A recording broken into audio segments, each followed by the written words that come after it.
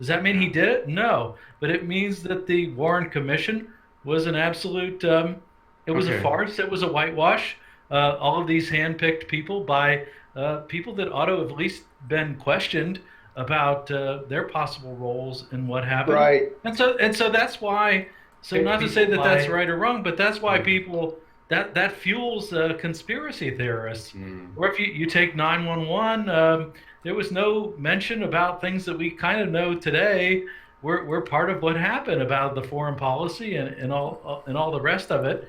And after the Pentagon was hit, the debris from the Pentagon sat in an empty lot for only a couple of weeks, and then it was destroyed. And they couldn't wait to send the debris from the World Trade Center into the East River or wherever they dumped it. So That is suspicious. and then they have politicized investigations. So none of this supports any one theory over another, but this feeds into people's general idea that questions aren't answers, and it opens things up to speculation. I was just going to say, I like your analysis. Very good analysis and very logical. Yeah. What about Hillary Clinton? They said that she was doing something wrong with emails, and then they interviewed people, and then they destroyed the emails that were part of the case. You remember that? No, she destroyed the emails. Well, no, you don't know that the FBI did this, but the FBI acknowledges in public to the Congress that they themselves destroyed the emails that were on people's computers when they gave them information in exchange for them testifying to the FBI in a deal. They didn't destroy the hard drives of the people who had the compatible emails with there. And people are going, "What are you doing?" Right.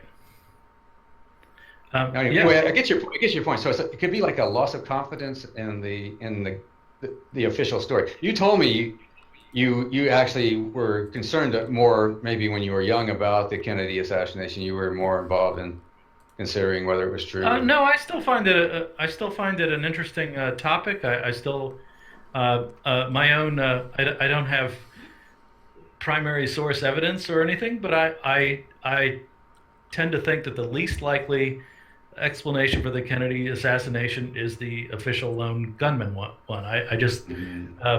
I think there were many things about it that are circumstantial because obviously evidence is withheld. Some of it was supposedly withheld for like 75 years. A lot of it's been released, but I don't think it's any more sound or rational to say Oswald did it than he didn't do it. I mean, it's just somebody's gut feeling, and when it comes to gut feelings, one person's gut feeling is as good as somebody else's. Yep, I agree. What about you, Bud? You believe in any quote-unquote conspiracy theories? Jesus is a myth. It's a conspiracy. Yeah. That could do it. I think if people tell you things like bunny stories and actually, I do believe. I'm one of the few people who says I believe in Santa Claus. I believe Santa Claus is real, and when I say that, I really do believe that's true. So I don't know. That'd be the opposite, maybe. You believe in Santa Claus is spiritual Santa Claus or real? Spiritual real as a symbol, sure. It's a symbol. It's a symbol of the Holy Spirit. And any kind of mythology is real in that sense. Right. So like the Holy Spirit lives way up high, in the sky or North Pole, and he comes into our hearts, into our houses, and brings a gift at Christmas time, and that gift is the spiritual gift. So that's a story that Christian parents tell their children originally, and then they would tell them that this is what Christmas is about, and then our friends, and because Santa Claus brings these gifts, and then they tell them that Santa Claus represents the Holy Spirit. But then eventually, in the secular community, they don't say the second part, and it's not that strong, and so then they think, well, it doesn't represent anything; it's not real. Well, I thought we were talking originally about the mythology of Santa, that's real. And I'm not sure. It sounded like you were sort of taking another step and saying that there was some spirit that was. Yeah, that is what I believe in. That's what Christians believe in general. Okay, that I would not accept as conforming to standards of reason and evidence. So I wouldn't go along with that. But in terms of if we say that Santa Claus is real as a concept or something, in literature or whatever, then as a concept. Yeah, but he represents something. Say he represents the spirit of giving rather than the Holy Spirit. So he represents the spirit of giving or the spirit of kindness, and he comes from the place that's high, apart from the earth, not the physical realm, but it's this the non-physical realm of the spirit of giving. And he brings into our hearts and into our homes that gift of generosity. He is the Messiah. He's the bringer of the message of that gift of generosity. So it's a story. It's about. So you're saying Santa Claus. Well, you're saying it's a story about a real thing. No, that's not what I would go along with. I would say it's a real story. Yeah. Well, let's say it's manifest in literature and. Okay, so we differ. And all of that, yeah. But I do understand your point. I mean, I don't. So let's think about this. Let's say that generosity is a real thing. I mean, like, say a person has, say pain. When you stick your hand in a fire and it burns your hand, whatever you call that category, it's something like a real thing because it has effects. It changes your life or changes up. You hold your children's hands in fire, so it'll change their life. The pain. Right. So generosity could be thought of as a non-tangible thing, like math. Math doesn't have any tangible properties, but it's very powerful and you can do things with. So generosity or pain or things like that could be thought of as being part of reality. They generally thought of being non-tangible things in reality. A concept is connected to reality if it refers to things in reality. Right. So the concept of burning, we have as human beings, we can abstract things. We can call certain kinds of interactions between people, we can call that justice, and we can use all these abstract concepts, which helps us organize things and helps us really advance beyond animalistic or primal kind of being, but of existence. But as far as those things being concretes in and of themselves. Concretizing. Did anybody say concrete? I don't think concrete's the word it's fair to use. Like let's say pain or math or something like that. But those refer to things in reality. Can I make a sentence when you're not in? Yeah, sorry, go ahead. Okay, so if we use words like pain or math, I think those are different than concepts. I mean, pain is not a concept. Pain, well, it's in some kind of category, whatever you want to count. It's somewhat different than the idea of something that does not exist at all. So you could have like the concept of a square circle, or you could have a concept of maybe Atlantis at the bottom of the ocean. But pain and math are in a slightly different category because they could be called part of reality, even though they have no tangible elements to them. They're unlike Atlantis. Atlantis has no tangible evidence and it has no existence. But non-tangible things can have existence, like pain and math, right? I think pain can be both concrete and abstract. It can be pain can refer to something very specific that you're experiencing, which would make it more concrete, or it can refer to something. We can say pain referring to any number of people who are experiencing those kinds of things that aren't necessarily grounded in a specific instance. Right.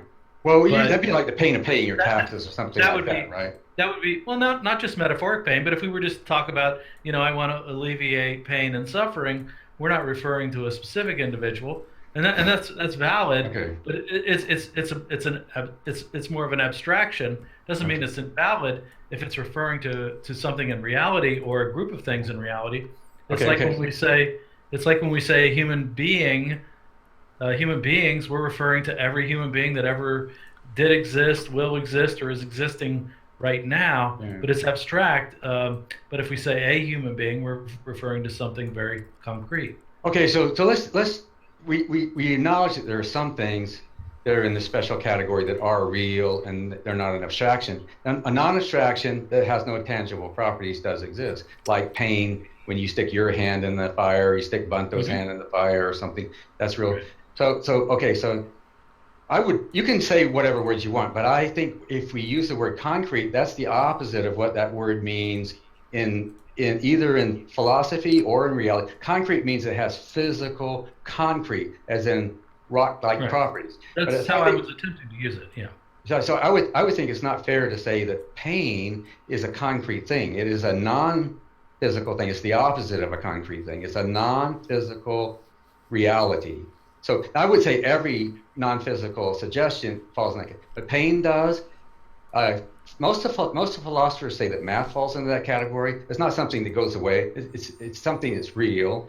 What other things like red? Most philosophers of color, there actually are philosophers of color who say that red exists in your mind, and it's an interpretation of wavelengths, but the actual flavor of. So how does this relate to Santa Claus? So how? Okay, so the answer is, I would say there is such a thing as generosity. That generosity is not an imaginary thing at the bottom of the ocean. It actually has, like when one person gives to another person for no reason, just to have a certain reality that I'm giving you a thing of value without wanting anything from you. That's a reality that we could call something. We're going to call it category generosity. So that kind of generosity is a real thing. What if they get psychic pleasure from that? Is that? Well, you could argue that maybe nobody does anything for any reason other than to help themselves. I guess you could get into that. But I would say there is such a thing. Okay, I'll postulate that there are things that people do that have reality in them, like generosity. So if that's true, it may be part of our discussion, but if they're true, like you could be generous. And I could go around and I could give things away for no reason, just to experiment to see if generosity actually existed. Right.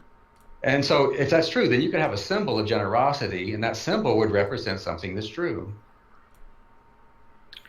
Well, I think generosity is an abstract term that describes many people, interactions between people of a certain kind, perhaps with respect to their motivations or whatever, or to who benefits. But it's an abstract term. It's not something that exists. Okay, so let's just take pain. Let's say we have it's something we. It's a label we give to certain kinds of interactions, and I would say with justification. But that abstract concept of it in and of itself does not. Okay, let's get away from contrast. Yeah. Let's get away from contrast. Let's just say pain. Okay, we have a cartoon character that represents pain. Now we've already said that there are some things that are non-tangible, but they are real. And so if you have a cartoon character that represents pain, then you say, that this cartoon character represents something that's real. So if it's true that there is such a thing. Yes, I would say that's true. Yeah. Okay, so that's a division. If there is a Holy Spirit, which you would say there's probably not, if there is a Holy Spirit, then Santa Claus I don't see evidence that there's a Holy Spirit. Okay, so we don't accept that. But if there is such a thing as the Holy Spirit, then Santa Claus is the symbol of that Holy Spirit, and that's what he's intended to be. Now maybe there's not any such thing, but he's intended to be the Holy Spirit. That's why he appears at Christmas. That's why he comes from the place up high, North Pole, or the place that's apart from the physical world. That's why he comes into our hearts, comes into our homes, and brings a gift. And what gift is that? That's the gift of Christmas, which is the gift of, I would say, Holy Spirit, but if you don't believe that, generosity, or the opposite of pain, the opposite of that. Where in the Bible does it mention Santa Claus? No, it doesn't say anything. The Holy Spirit is Santa Claus in the Bible. So Vladimir Putin, dude. I mean, it's called co-option when they co-opt something. No, it's not co-opted. Co-opted is when you take something that's not intended for a purpose and you use it for something else. Santa Claus was created. Santa Claus wasn't supposed to be religious. No, sure he was. Santa Claus appears at Christmas. Well, Bunto, okay, I won't tell you what you have your own idea, but let me suggest to you, Santa Claus appears at Christmas. It's a story that's told by Christians to their children to explain what is happening in the Christian claim about Christmas. That's how he begins. He refers to saints at the beginning, and it describes the giving the giving of the heart of one person in a generosity act to another. That's how he began. So co-opting is when you take something that did not start for that beginning, and you bring it over and you use it for some second purpose. Okay. Christianity co-opted all the Roman holidays. All right. Okay, that might be true. But Christianity is a co-option. Okay, but you agree that Santa Like a Claus virus. you agree that Santa Claus is not a co-option. What happens is Santa Claus now is primarily a commercial enterprise. You know, it's a No, Santa Claus vehicle didn't for start off as a commercial enterprise, did it? selling. If you look at the history, A lot of things start off. even people who hate Christians and hate Christianity, all the historians, 99 out of 100, agree that it did not start off as having anything to do with commercialism. And that was hundreds of years ago. Sure, but now it's everything about commercialism. Okay, so let's say you started off as saying it was co-opted, it was commercialism, but it didn't start off as being Yeah, I mean, the way you're describing Santa Claus is like, okay, well, See, where does it say Santa in the Bible? Please let me finish. Where does it say Santa in the Bible? Nowhere. So Santa Claus is everywhere. The one that it was co-opted. No, it's the other way around. Santa Claus starts out as a spiritual representation of Christmas and Christian belief, and is co-opted into materialism and commercialism. It's the other way around. It was improved by materialism. Well, it might be improved. But I mean, okay, so are you interested in truth, Banto?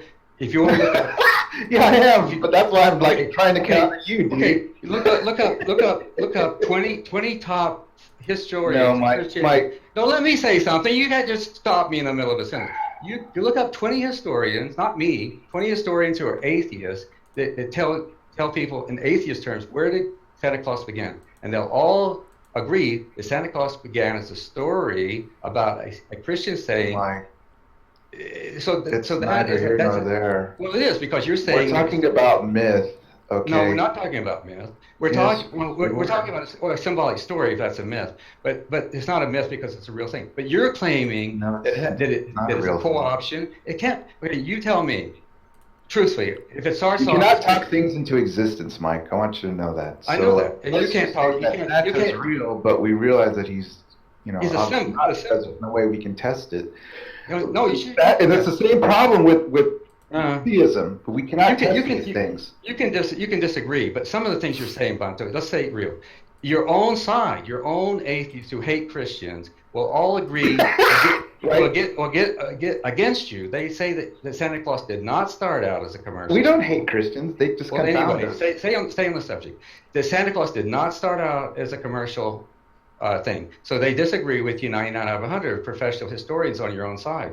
So Listen. so what do you say? Are you still saying it started out as a commercial? You're trying to take the conversation to the reality of Santa Claus when we're talking about myth. Okay, but let's The thing is that but there is you no okay, substance so you can to say Santa. you can say anything that's in false. And if reality. nobody points out it's false, you don't have to acknowledge that what you're saying is not true. You just go on and just keep saying more untrue things. So Mike, so Santa Claus was based on Saint Nicholas, right? Okay, it's a developmental story. So its original starts out with a saint that lives in Turkey who is Saint Christopher. We call him in English. He has a Latin name, Saint Christus or something like Saint. So he's named after Christ, right? Saint Christus. Right. So eventually becomes Saint Christopher, and every generation and every century adds elements to it. So it's not just one thing all the way through. So just to get your position down, Saint Christ. So I think there's different claims here. So if we say that generosity exists, we can talk about metaphysics and all that stuff, and does it really exist, and does a concept really exist, and so forth. Or you're saying that there is a deity named Saint Nicholas that actually exists. No, I'm saying the Holy Spirit is what it represents. But you're saying he's a manifestation, that he does exist, and he is a manifestation of the Holy Spirit? No, the Holy Spirit is real. Santa Claus is just a symbol. It's just a symbol of the Holy Spirit. So let's say something that you and I both agree. We could probably find 5 or 6 of them that are not vague concepts. Like we agreed to start with that pain is not an idea that maybe does or doesn't, depending on your philosophy. Pain is a real thing that is intangible, and maybe math is a real thing that's intangible. Something we can use, Mike. So you can have Pain is a label we put on things that exist, but we talk about it abstractly and concretely. Okay. So there are things in categories that are real things that exist that have no tangible properties. So let's make a cartoon character that represents pain and how pain works and acts and behaves. Then we would say, if the cartoon character or the book or the writing or the story represents reality, then that character or that story represents the truth and represents reality. It depends what you mean by reality. So represents the old saying that the map is not the territory, I think kind of applies. That's true. But it represents a real thing. Yeah. That we can watch a play about the Gettysburg Address or whatever. That doesn't mean we're actually watching those events or those actual people that are said to have done those things. They're not the same thing. They're not exactly the same thing. They're not, I agree. Right. So let's say you write down in a book, Mary went to town, but you're writing letters in the book, and it's a true story. It's a true story. Mary went that way. When you look at it, it's graphite on wood pulp, right? So is the story true? Well, the story is true, even though when you look at the graphite, that's not Mary, that's not town, that's not when. But it's a true story that Mary went to town, even though you're only looking at symbols. The book is not the event, but the book is describing the event. Right. Metaphysically, it's a book. It's right. Not, I agree with that. But the story it refers to things that happen in reality, which is why we give it value. Well, the story is true. So the difference between paper and graphics and information is the distinction between the physical world and the non-physical world. But the non-physical information is that Mary went to town. That's a true story, even though the graphite and the paper are in the physical world. So Santa Claus is a cartoon character that's graphic and paper, but the story is true. The story of Santa Claus is a true story. If you accept that those spirits are if you accept that those spirits are Holy Spirit exists, right? Which I see no reason to. Right. To do. So. Right. So the reason. So my point would be that Christians do not intend to mislead people, and these stories are as real as the Holy Spirit is. So if the Holy Spirit's not real, then the stories aren't real. But if the Holy Spirit is real, then so I don't understand when somebody says to you, "Is there such a thing as holiness or a spirit of generosity or something like that?" I would say yes, there is a spirit of generosity. That's a real thing. Would you? So you would reject that? You would say that's not a real thing? No, I think we have definitions of what generosity is, and I accept that generosity exists. I don't hate the word spirit, but I think it causes a lot of misunderstanding. So I don't like to use when people You would say attitude. You would say attitude. By some really broad definition, I think I'm spiritual. I mean, right. There are non-material things that I like to contemplate, and there are things that aren't grounded in material reality that give me pleasure. But I don't like to use those terms just because they're so confusing, because whenever somebody says there's a spirit, they're talking about something really concrete, something that has... let me be clear, we're not talking about something concrete, not in our idea. But when you use the word concrete, the word concrete itself refers to a rock-like object. I'm talking about something that one can perceive with their senses. That is a primary. Like you can walk outside and see an object. Or you can infer the existence based on what you can perceive. It's behavior. So you want to say something about it? Please go ahead. Well, I mean, okay. No, well, I'm just like, where to start? I mean, you can't talk things into existence, Mike. I agree with that. Yeah. Say that there's some supernatural agency that interacts with our reality just because you think it's a great concept. I agree with you 100%. Sort of way of testing it, I agree with you 100%. Like Jeff said, infer, its behavior on other objects. See, material. You say that atheists hate Christians. It's not. Well, it's like I'm not an atheist. I'm a materialist. Yeah. And like the Christian position just confounds me because they insist on things without any sort of proof. Yeah. So. Okay, I agree with you 100%. Yes, you may think of spirituality, that it's real, but it's only in the figurative sense. Jeff says, he considers himself spiritual. Well, we can't make a machine that has no bias and test his spirituality. See, that's just he's using it in the figurative sense. Yeah. Right. So I don't disagree with anything you said. All that's true. So excellent. Jeff, like I said, when you use the word concrete, of course you're free to do, and you express yourself in the way you say. But concrete usually refers to a certain type of reality, and when you're saying that this is what Christians mean, I think that crosses the line because you're trying to tell us what we mean. I mean, you can imagine that that's what we mean, but we do not think of something as concrete. And I don't think even talk to your other. Okay, so let me tell you what I'm referring to, and you can maybe possibly put forth a better term. So I'm referring to that which is evident by the senses, that which I can go to, I can point to a tree in my front yard. I can show you the tree, and you will know that the tree exists. That's what I mean by concrete. So what term would you find? So I would say I would agree with that term for concrete. But things like pain or the color red or the taste of vanilla are real things. Well, they don't exist in the concrete world. They exist in our minds. In our higher cognitive functions. Right, but pain is an effect. It's a result of interactions that and yes. So I would say you might experience pain differently than I would experience pain, or something that I would find painful, you would find it not that difficult. But it is something that's something that's like porn. Yeah, exactly. I know porn when I see it. I would say that. Yes, exactly. Mike's definition of porn is the bar is much lower than mine. I would say it's not like porn because math is not like porn. I mean, two people trying to figure out what the ratio between the circumference and the diameter is not a matter of opinion or taste or anything. It's what's called an objective truth. So I would say that pain, even though what triggers it, like if you're knocked out and somebody sticks your hand in the fire, maybe you don't feel it. But pain and math and lots of other things like generosity are things that are non-tangible. And that's why I would encourage people not to use the word concrete unless they mean a tangible thing. But there are non-tangible things. That's how I was using it, as a tangible. Okay, so non-tangible. So when you say that Christians believe, well, I don't know. It sounded like you were telling me what people mean when they say that. When Christians say the Holy Spirit, they do not mean a tangible thing, but they do mean something that's non-tangible and real, like pain or red or vanilla or history or tomorrow or things like that. So I need a list of things that are not tangible or real, but there are lots of them that people agree on.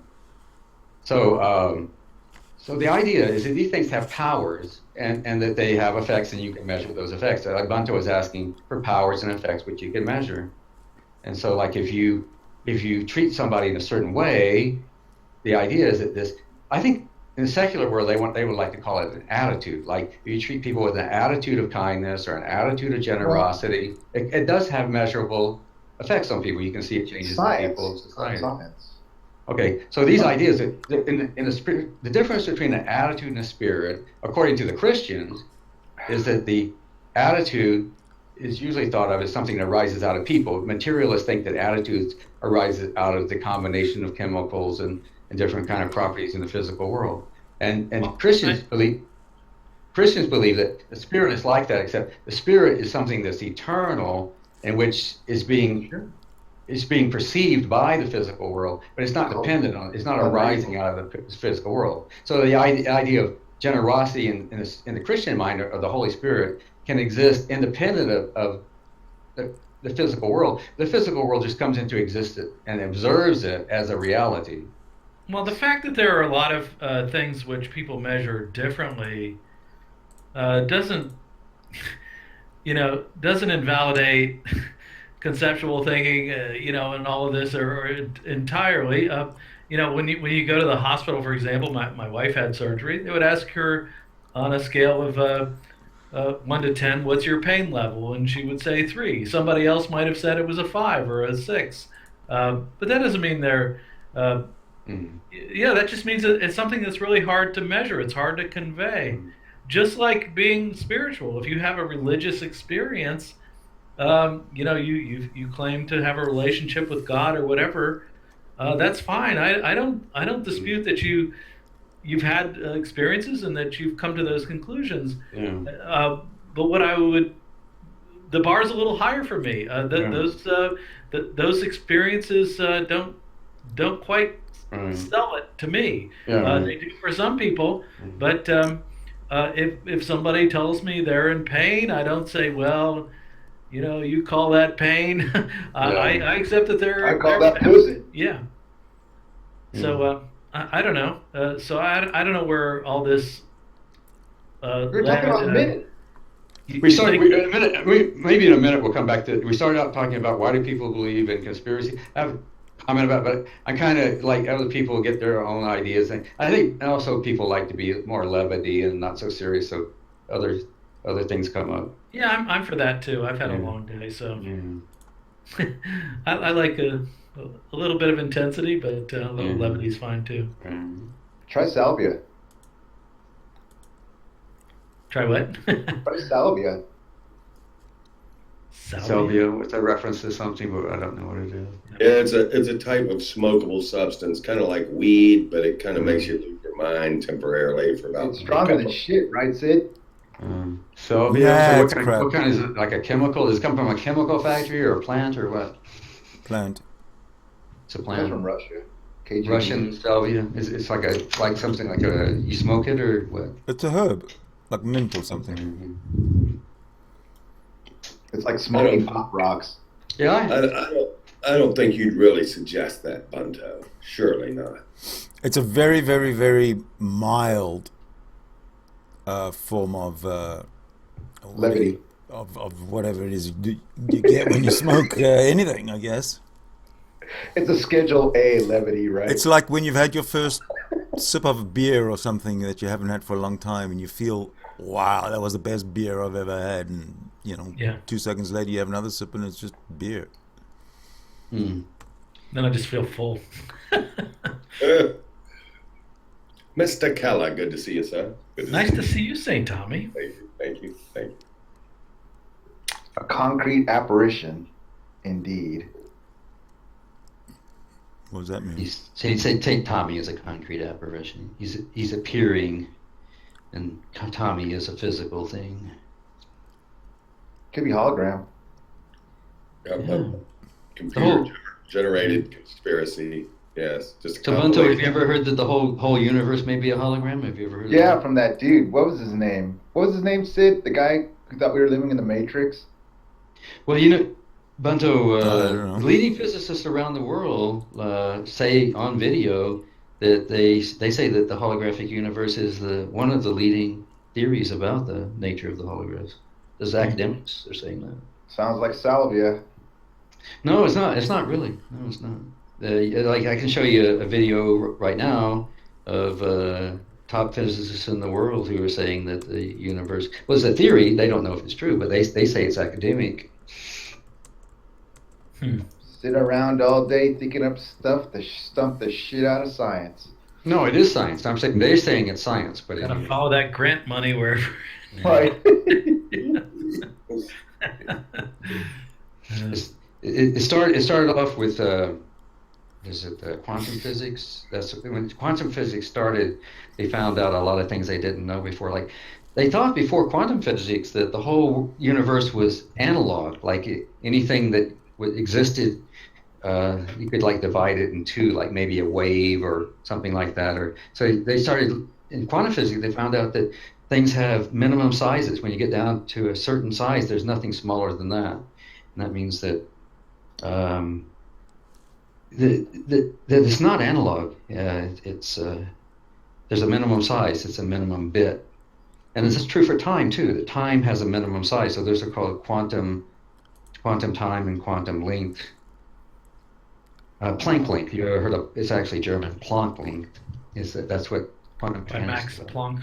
Yeah, Max Planck. That's right. Yeah, Adolf Planck. No, Max Planck. Yeah.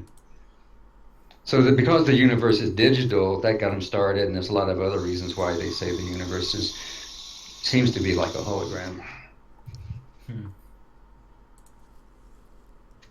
Interesting.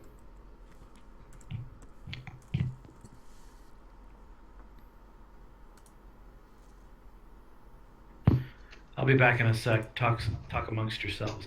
Thank God. Yeah, we needed your permission Yes, to do that. well, we need you, But Jeff. Your yumness. He imagines that we need his permission to talk among ourselves. Well, at least he's It courteous. would seem so. It was very quiet, and Okay. Yes, I was Must getting ready to leave. must be you. It must be you. It must be you. That's okay. I had to lay down the law, man.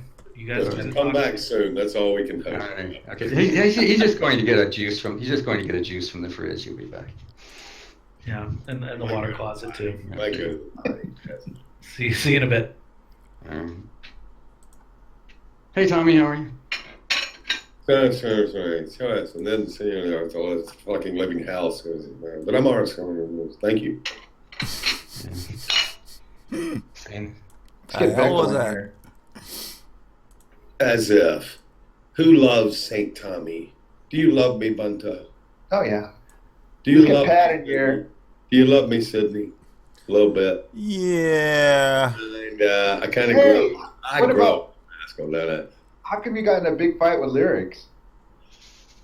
Don't be prying now. Don't be Well, 'cause prying. I wasn't invite him. Be kind. Be kind. You know, a little St. Tommy goes a long way, and I can get on a man's nerves. Well, as long as he's forgot it. Beg your pardon? As long as he's forgotten about it. Well, yeah. So then Little butts get chafed, you know. Us little rascals, we get chafed emotions, and yeah.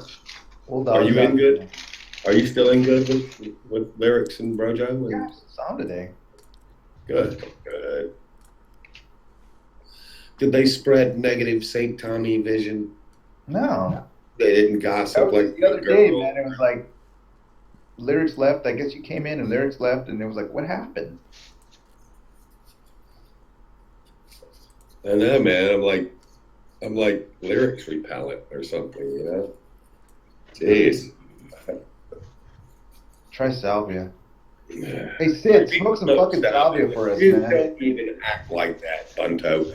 You surely wouldn't give anybody a bong hit of salvia, I trust.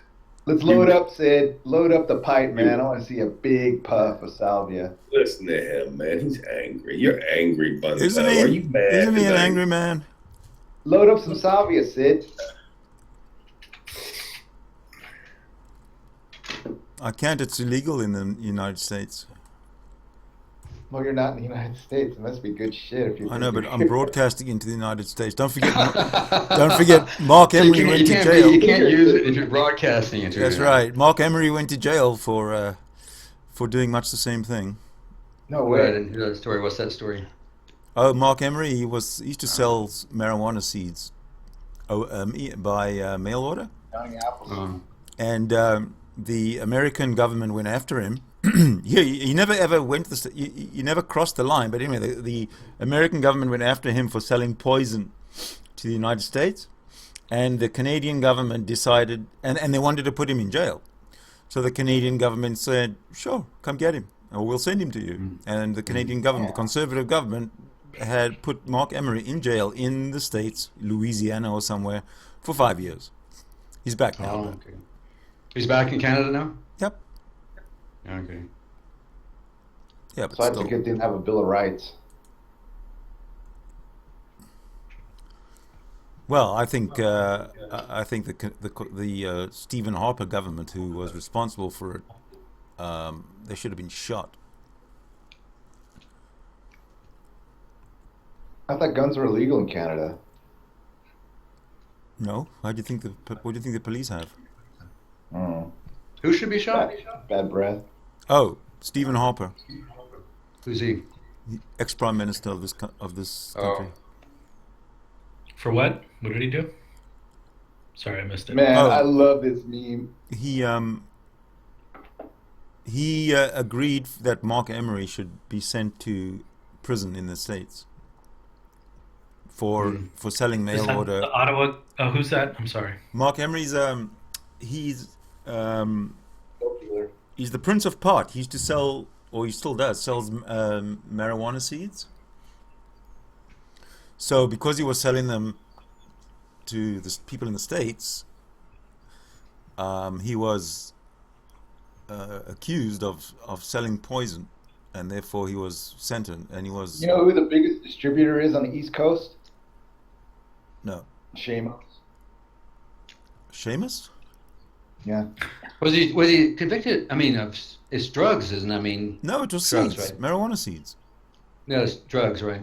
No, it's seeds. Comes from the ground. Hello. DRUGS. So that's what he's convicted. I mean, I don't know. I get the idea though. That It's not that he was convicted. It's just that he was.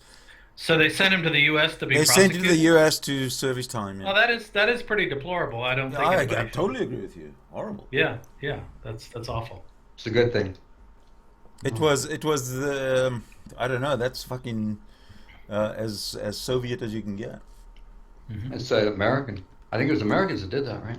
Yep. Well, it's Americans that browbeat the Canadian government. Yeah, the drug war complex in America is not going down without a fight. It is it's also a Christian idea, you know. But I think it's the Canadians agreed. At least the government agreed. Yeah, Not anymore. that's the problem. Not this government. It's a democratic government. The democratic government agreed, didn't it? Well, Might doesn't make right. Added Shamos. No, but they did have a democratic support for what they did. Yes. You know. So did slavery. So did Nazism. Right. Sid, could you put the link in the side chat so I can give her the sugar? Lincoln. There it is. Of the hangout. Tell her to go to the hangout. She's already in here. Oh. But yeah, all right. I don't know. Does she have her burqa?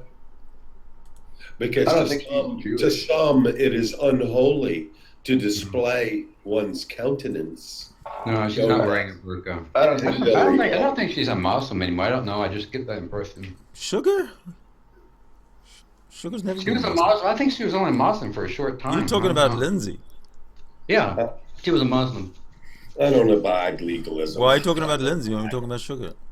I don't abide it, and there is no loyalty. There is no loyalty in me to legalism. No honor among thieves. You're I not don't. the birth I ethic, a bunch of fucking Theo bully bullshit. Did you guys I'm invite? rage quitting. I'm out of here. No, just kidding. I went to the edge, but I didn't. Did I invite Beckel? Yes. I've been in a new term called How about myth Seamus? quit. It's when people are not really angry, but they quit. So it's Yeah, called yeah. myth quit. Yeah. Yeah. A colostomy bag. So you could, I think you could myth quit. Maybe you could do it with style, kind of like a stylistic myth quit. Yeah. Some of you may not know, but I had lunch with Shamos about 3 months ago. Did you deconvert him? Evidence of it, photographic. No, I did not take any pictures. I should have. No, but did you but deconvert him? No, but I had a really great time. He's a great guy. I had a really nice lunch with him. You know, I was vacationing where he lives, and we had lunch, and it was great to meet him. He's a very smart guy. Great to talk to. Yeah. I'll tell him Jeff's here. Well, he's an ex. I don't really. Tell him I'm here. Yeah, I don't know if that'll. He's an ex-theist. Did you see his boat? Did you see his boat by chance? No, we were down where we were staying was about an hour south of where he lives. I see. So we just met at a restaurant. I told him I was going to be down that way, and we met and had lunch. And he's a great guy. He's the only one I've met in person. What about G-Man? Is that next on the circuit? Yeah. What about him? I would have lunch with him. I don't know that I would like him as well as I liked Bunto or. I would never have lunch with G-Man. Not Bunto. I'm sorry. Impossible. Hype. But I don't. I don't know that. I don't know that G-Man would have lunch with me. I'd have lunch with him. I don't care. That's the way I feel too. I would have lunch with G-Man, but I don't think you could bear having. They don't have segregated restaurants anymore, Jeff. Yeah, you know, Jeff. When I first started out, I thought it would be helpful if people were like not friendly and but on Hangouts, I found out even people I think are friendly and nice and intelligent. There is a big divide between them and people who have different philosophy, and it's hard to. That's why God invaded soap, dude. So Not me. It's hard to make it go away. It's hard to make that division go away. There's only like maybe 2 or 3 people that I really find so. I mean, I find that most people, even if they're 180 degrees from where I am, most people have a certain basic level of decency and kindness that I can relate to. But there's only a few people I've encountered. John?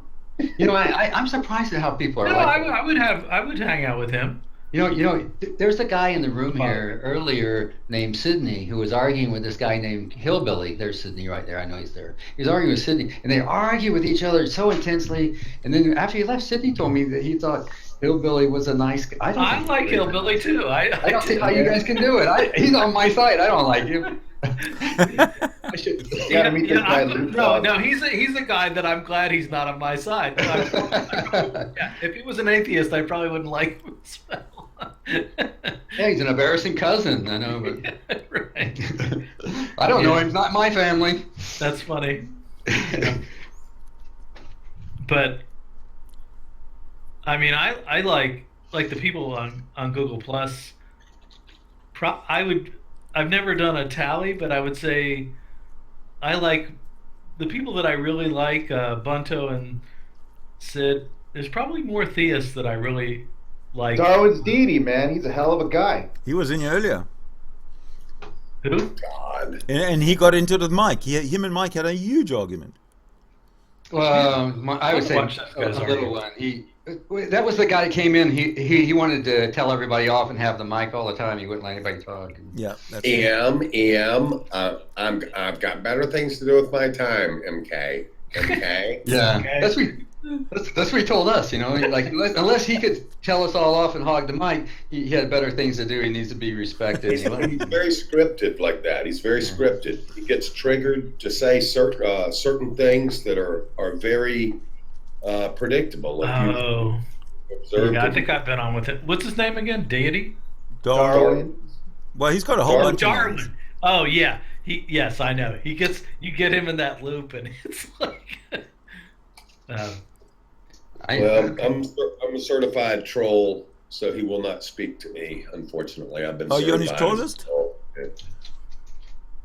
So Jeff, actually, Jeff is one of the people that I think is very reasonable and likable, funny. I've told him that all the time. Doesn't make that much difference, but when I first started out, I thought that likable, reasonable people would be able to get along. One of the things I found out is that it doesn't work as. See, I come from a church background where when people come to church, they don't tell us everything they think. They kind of keep it to themselves. But when I came into Hangouts, I found out that I couldn't always make it work. And one of the reasons is that Christianity is perceived as being kind of condemning and judging. And also the other side is perceived, the other side is perceived a similar way from the Christians. So that was a new puzzle. And actually, I have grown a little bit in how to solve that. And trying not to judge people, having a kind of understanding, a kind of, I guess that's theology, a philosophy, to not judge people. I try not to judge individuals and say they're bad or something's wrong with them.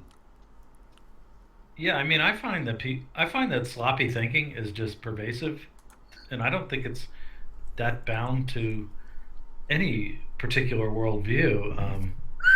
I see it in libertarians. I see it in atheists. I see it in theists.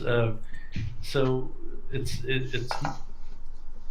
really I kind of try to be an advocate of just critical thinking in general. And as far as what conclusions people come to, I think that's secondary. I think if people are critical thinkers, they will generally come to what I would consider some of the right views, but even in my own case, I've had to modify some of my views when reason and evidence didn't support. I'd be worried about you if anybody who doesn't modify their views is just not learning. Yeah. Not open.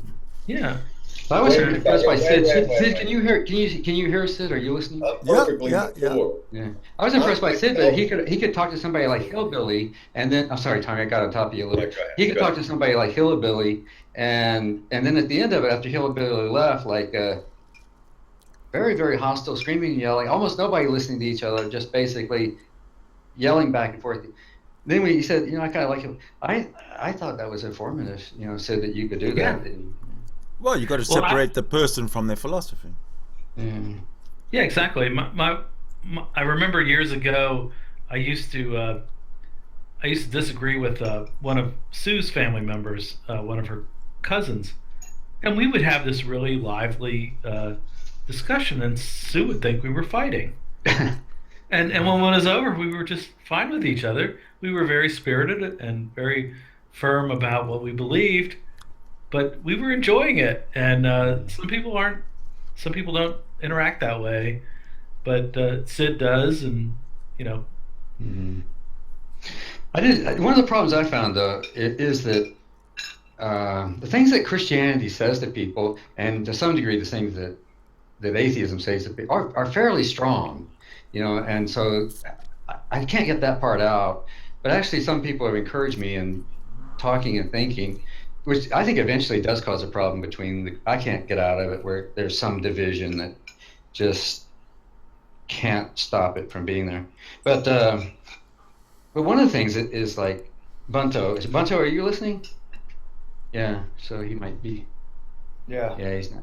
You listening, Bunto? He's putting together some more porn clips. Probably. I asked him not to do that. No such thing as porn. Ask away, man. No such thing. Yeah, I was just saying, like Bunto, I want to say that you're a good guy. I don't think that you're doing anything sinful. You're not doing anything wrong. You're a good guy. You're not a bad person. And I appreciate you. So this is like a new thing for me. I've been encouraged to think and act this way more. More human. Although I would say I don't give up all. I think there are things that are wrong and bad and destructive. I just don't think that I ascribe those to people. Those are more like we call them spirits. You guys think of them as attitudes. Oh. I know. Christians. Now you were chastising me for attributing certain beliefs to other people, but I'm attributing that to Christians, right? I don't say me. I don't mean we in the room. Christians. Spirit in the sky. Real Christians believe that Orthodox Christianity resides in a catechism housed somewhere in the subjective mind of some Orthodox theologian. Yeah. What did I say? I said we think of those as we think of those as spirits, and you think of them as attitudes. So I'm saying Christians think of. Well, how about this, Mike? Do you think you can piss off God? Yeah. All right, the guy who invented the whole universe. Yeah. Okay. How do you know if you pissed him off? Being mean to you, that might piss him off. Is that how if there's some sort of behavior that happens because you do something, bad, you can attribute that to, supernatural agency? Yeah. Okay. Why don't you point scientists in that direction, Mike? And scientists are pointing in that direction. Oh, yeah, really? Christians are scientists. Guess what? They've already solved it. You're kind of starting a fight, but I try to. No. Yeah, I'll answer your question, but I mean, I don't think it's information exchange. I think you're delivering. You're kind of making a assertion that Christians aren't fair or right or smart or something. But I don't know what to say to you. I don't want to argue. Christians bristle. Christians are scientists, just like anybody else. Oh yes. Well, thank you. Thank you. How do you say that? Thank you very much. I think your goal is to deliver either, kind of like an indictment. I don't know how to talk to you like that without being an argument. I mean, so do you have something to say to me that's not an indictment, or so that you may understand? Yeah, Christians bristle whenever proof is required. No, they don't. No. That's a claim. You say that. You say that's the truth. That's the way it is. But we say it's not. So I mean, do you have anything to say to me that's not an indictment? I mean, maybe that's all you have. How am I indicted? I come forth with the proof. You say Christians direction where Christians don't want to provide any evidence or something like that. That's an indictment, and I don't argue with you. But Christians write all kinds of scientific books and literature that's yeah, but they there are scientists that do adhere to Christianity, but they don't come up with Most scientists. Natural agency being a causal faction of it. Most Christianity. I mean, most scientists are Christians. Like the greatest scientists, like have been Christians. So I don't know. So I noticed that almost everything you have to say to me is an indictment, which could be okay. But I just have trouble. Well, Mike, what not kind of conversation? It's just a series of indictments. I think Galileo actually was a Christian. Galileo was a Christian. Also. The reason things fall down is because angels fall down, right? Newton is one of the greatest scientists of all time. He was a Christian. And in fact, if you take a head count, almost the majority of scientists are Christians in the past and in the present. Yeah, I think the question is whether Satanists. Yeah, but do they, attribute, what they discover in our reality, in our universe, in our natural world? I did mention supernatural deity. No. I did mention this several times. Everything you say to me is an indictment. Do you realize that? I mean, do you have contributions or something to say to me that's not an indictment? Anything that the Christian anything that I bring forth that calls into question your faith, you will take as an indictment. Yeah, it is an indictment. You know what I mean? So I mean, you could be right. The indictment could be true. The indictment could be true, but not every conversation is an end-to-end indictment. Right. But why don't you make a specific point rather than? Well, okay, it's not an indictment for me saying, hey, point to the scientists in the direction where you feel this supernatural agency exists. Otherwise, Okay, that's fair. Go ahead, Mike. Nothing to it, man. That's how easy. That's not an indictment, Mike. That's just, maybe. I have to apologize because I was changing my battery right there. It's probably a bad time to change it. I couldn't hear what was going on. But I'd like to talk to you, Bunto. I like talking to you. But okay. So you want to say again whatever it was? I think I missed it. Okay. You got your hearing aid in? Okay, look. When I say point a scientist in the direction of sorry, you can the supernatural agency you claim, that's not necessarily an indictment, Mike. That's just a request, and What do you say? Substantiating what you say actually exists within our reality. Yeah, that's fine. You can request that, but you didn't say it's not an indictment. It's not an indictment. Well, okay. Bunto, what you said was that Christians don't want to do something. Flat statement about all Christians. That's an indictment. I mean, if it's true, it's a true indictment. Okay, but not every conversation has to be ended in indictments. You can talk about all kinds of things like food and the weather and lots of other things. You may,